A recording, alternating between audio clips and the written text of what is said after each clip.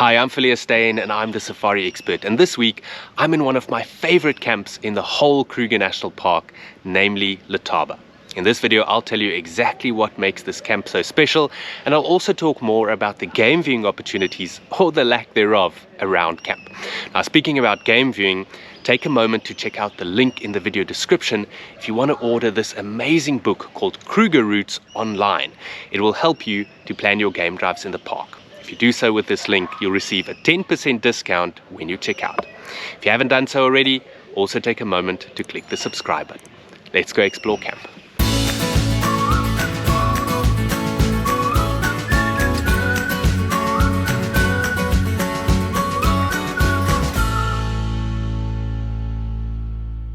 Letaba Rest Camp lies smack bang in the center of the Kruger National Park in the heart of wall-to-wall mopane veld, which makes game viewing extremely tough. In fact, game viewing opportunities are so poor here that I hardly ever go on game drives when I visit Letaba. I might pop down to the high water bridge over the Letaba River, where you're allowed to get out, late in the afternoon. Or if I really feel like driving, I'll take the S47 gravel road to Mingero Dam, half of which at least runs along the river itself. The view, however, is rather poor because of the overgrown side of the road. The reason I like Letaba so much is because of the camp itself. First of all, it's got a beautiful location on the bank of the Letaba River, offering you a magnificent view from the restaurant, which is my favorite in the whole park. From there's a little path running all the way along the river with some reading benches on the side. Letaba also has a filling station, but unfortunately the camp shop burnt down some years ago. Luckily they have erected a temporary wooden one where you can buy wood and charcoal, along with a surprisingly big variety of groceries and gifts. The large, lush gardens attract a massive variety of bird species, and that's actually the main reason I come to Letaba, to look for birds. A short walk through the gardens can be extremely productive. Just look what I saw in one day when I last visited Letaba.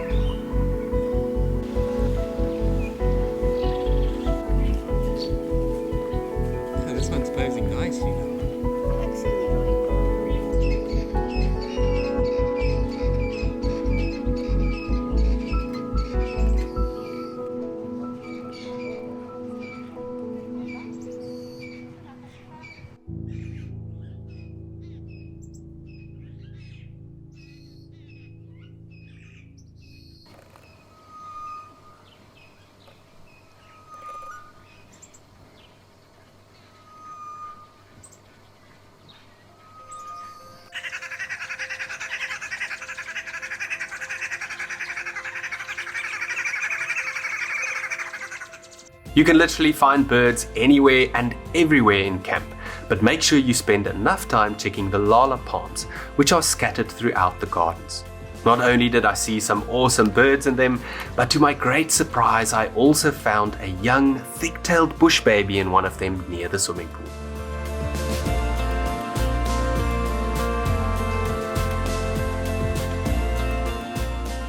Speaking of which, Letaba has a great swimming pool with plenty of shade and seating around it, as well as a bit of lawn. It does get pretty noisy here during the school holidays though, so think twice before booking one of the safari tents near the fence this time of the year, because they're located right next to it. I prefer to book one of the safari tents further away from the fence and the swimming pool, or one of the perimeter bungalows, which has a view over the river. Having said that, the other huts, bungalows and cottages are also very nice.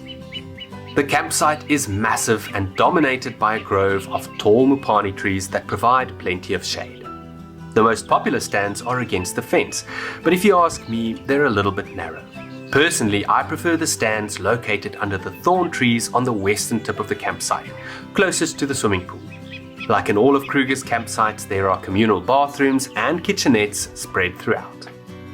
Don't forget to order your stunning Wilder Designs Kruger tablecloths and tea towels online before your next visit. And if you'd like to support my channel, let them know that you heard about it from me when you check out. I actually use my tea towel to keep dust off my camera when I'm in the park.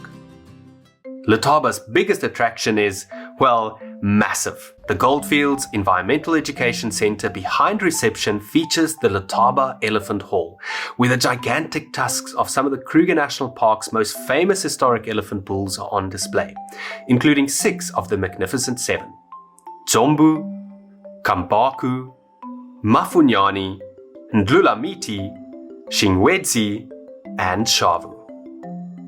On the wall you'll find the age, historic range in the park, as well as the size and weight of the tusks for each elephant. It really is a world-class display. Elsewhere in the museum you can learn almost everything there is to know about the African elephant, and more specifically, Kruger's elephant population. The wall is covered with interesting information, and everywhere you look is another awesome display. See what an elephant's heart or foot looks like up close, or how their dental structure changes over time. Or measure yourself against an elephant bull. It really is the perfect place to bring the family, and even if you don't stay at Letaba, it's worth driving here from nearby camps like Mopane, Olifants or Satara just to see the elephant hall. And don't leave without checking the current list of big tuskers, because who knows, you might just see one of them on game drive. That's the one animal that you're virtually guaranteed of seeing when you do go on game drives from Letaba. Elephants. They just love mopane trees, which dominate the habitat around camp.